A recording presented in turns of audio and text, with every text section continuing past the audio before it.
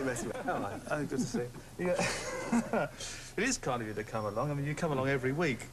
Well, yeah, it's a good show. It's a good atmosphere, and I didn't have anything to do, and I did come down to represent all the lads. People today. Very seriously. I mean, you did the 2 numbers for us on your own. Did you start off on your own, or all the time were you part of a band? No, I did. When I was 12 years old, well, in fact, when I was 10, I got given a guitar for Christmas, like, you know, a lot of young kids do, I suppose. And I just wanted to play the guitar, and I got this guitar when I was 10, tuned it up best I knew how.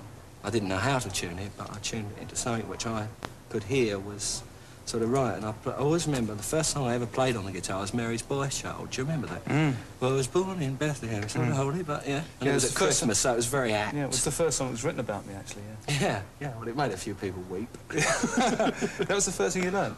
Yeah. And I went on from there, and at 12 years old, I was sort of playing around the clubs at weekends. My dad was driving me around these working men's clubs. And they used to earn a sort of a £5 over the weekend, you know, which in those days, I mean, it's a long while ago.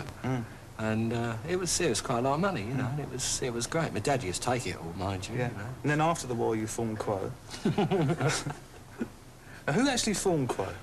Alan and Francis met at Sedghill School in Beckenham on the rugby field and formed it. And, well, cutting a very long story short, then John Colwyn joined, Roy Lyons. Then I joined in 1967. How did you join? Well, I, in fact, was with another group called... well, I won't tell you what they were called, it's such a silly name. Go on, tell us. No, I won't, no. We want to know what they were called, don't we? Well, we were called the Jerks, actually. So, I left the Jerks and... You stopped jerks, yeah, right, yeah, yes, go on. Stopped jerking. Yeah. And in the time when I was with the Jerks, we... I met Quo. We were all doing a summer season. Yeah, I was in the That's going to sound ridiculous. I was in the Gaiety Theatre with the Jerks.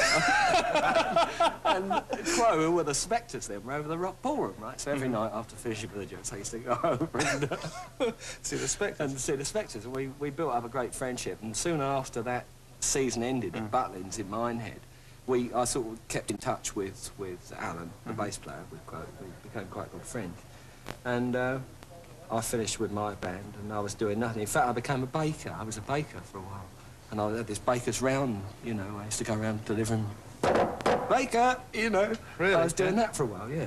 Really enjoyed that. When you joined the band, was it Quo then, or was it... Originally, it came out of a shoe. It's absolutely true. Like these Italian shoes, beautiful Italian shoes, called Quo Vadis. And our manager at the time was a plumber. Smashing bloke, though. And... he saw Quo Vadis in a shoe and said, you should call yourself Quo Vadis, you know. So we shuffled it around a bit, and it eventually became Status Quo. Then came Matchstick Men, and away we went. Most bands last about 10 years, at the best, and then sort of fold up or really change into, and like, diverse and digress into different things. Quo, somehow, were one of the only bands, along with, I would say, perhaps The Who, who managed just to ride all the storms, because you had a few storms in Quo, didn't you? Well, you see, the thing about Quo, we've never given way to conformity. We've never, like, whatever trend is in, you know, we've never sort of tried to go towards that trend, like whether it be, you know, disco or punk music, whatever, you know. I've always seen Quo as this huge sort of steam train, and it just rips its way... Yeah, so it's fiends at lunchtime, yeah? Just rips its way right through the middle of all this somehow, you know, and there's no sort of dictation in the band either, you know. Nobody's like, well, we must do this and we're gonna do this, you know. It's 100% effort from everyone in the band, and we all pitch in our ideas, we all write the songs, and it works quite well, you know.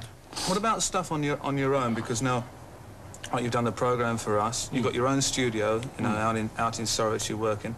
Have you ambitions to do solo projects at all? Oh, yeah, I think everybody has, really. I mean, you were with bands yourself, you know, and there comes a time, I think, in everybody's career when you've got to think to yourself, well, OK, it's great leaning on the big, powerful shoulder of Quo, but what can I actually do individually myself, you know? So I've started writing some stuff and, you know, doing some bits and pieces, and the beauty of it is I've got my studio there, so I can take my time and, you know, I'm not hustled money hustles, about how much the studio's costing, and I can get into my own stuff and do it properly. But there's no great rush, you know. There's still an awful lot to be done with Quo yet. I mean, we've still got targets to go for yet, and which we're still going to go for, you know. Yeah. Well, Quo and yourself giving a lot of people a lot of enjoyment. Are you happy? Yeah. What, with the band? Yeah, and with everything. Oh, yeah, very much so, yeah. Great. Well, I hope it continues. Thank Come you. back again on the next series. Well, It's been a pleasure having you along.